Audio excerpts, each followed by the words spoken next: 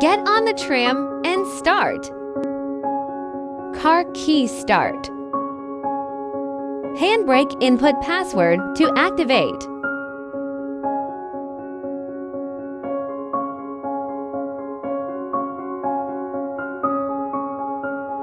NFC card start.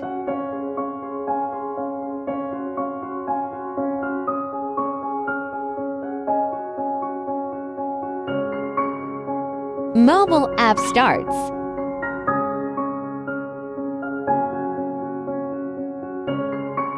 Mobile app closed. More useful features to be explored in the app.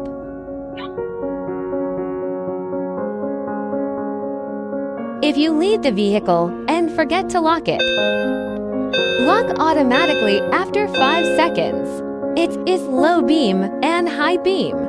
This is a double flash. Raise the drag bucket.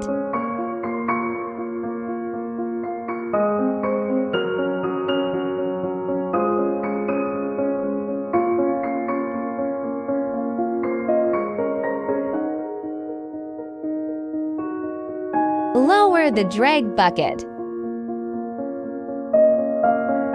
Press the P key to marching mode.